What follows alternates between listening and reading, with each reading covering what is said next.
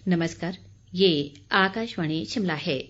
अब आप प्रभा शर्मा से कोविड-19 पर विशेष समाचार सुनिए।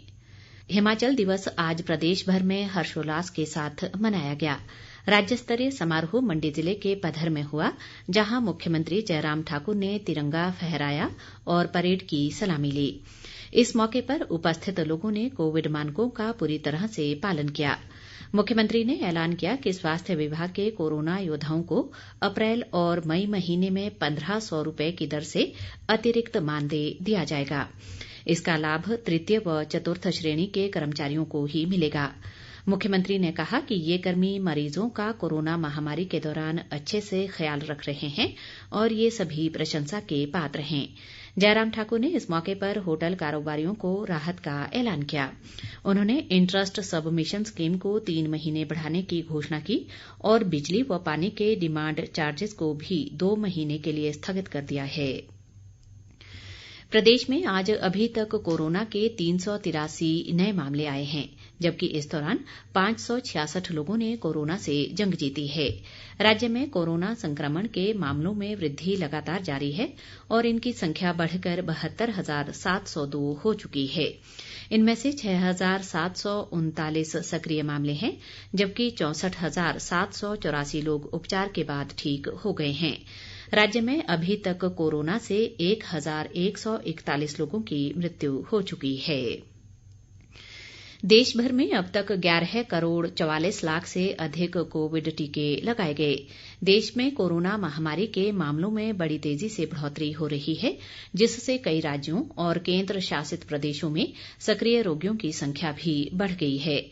इसके साथ ही ठीक होने की दर में लगातार गिरावट आ रही है, लेकिन देश भर में टीकाकरण अभियान सुचारू रूप से चल रहा है। स्वास्थ्य और परिवार कल्याण मंत्रालय ने बताया है कि अब तक देश भर में 11 करोड़ 44 लाख से अधिक कोविड टीके लगाए जा चुके हैं। पिछले 24 घंटों में लोगों को टीके की 33 लाख से अधिक खुराक दी गई।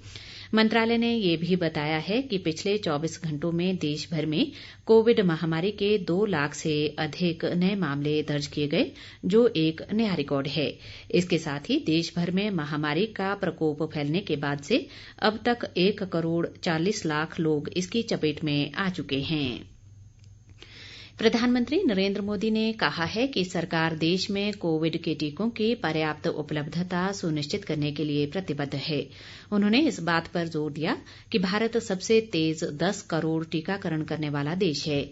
पिछले 4 दिनों में टीका उत्सव के सकारात्मक परिणाम का उल्लेख करते हुए नरेंद्र मोदी ने कहा कि इस अवधि में टीकाकरण अभियान का विस्तार किया गया और नए टीकाकरण केंद्र भी स्थापित किए गए।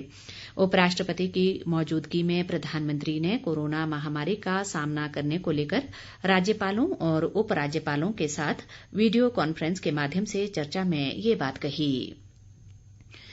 उपराष्ट्रपति एम वेंकैया नायडू ने कोविड से लड़ने में राज्यपालों को मुख्यमंत्रियों के साथ सक्रिय सहयोग करने को कहा है। उन्होंने कहा कि अधिक प्रभावी रणनीति तैयार करने में वे राज्य सरकारों का मार्गदर्शन कर सकते हैं।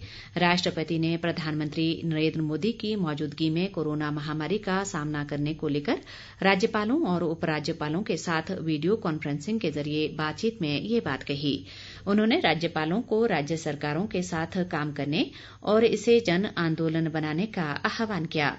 उन्होंने कहा कि शैक्षणिक संस्थाएं, सिविल सोसाइटी संगठन, समाजसेवी और कॉरपोरेट घराने पिछले 1 साल के दौरान महामारी से लड़ने में सक्रिय भागीदार रहे हैं और महामारी की दूसरी लहर में भी उन्हें जोड़ने की आवश्यकता है।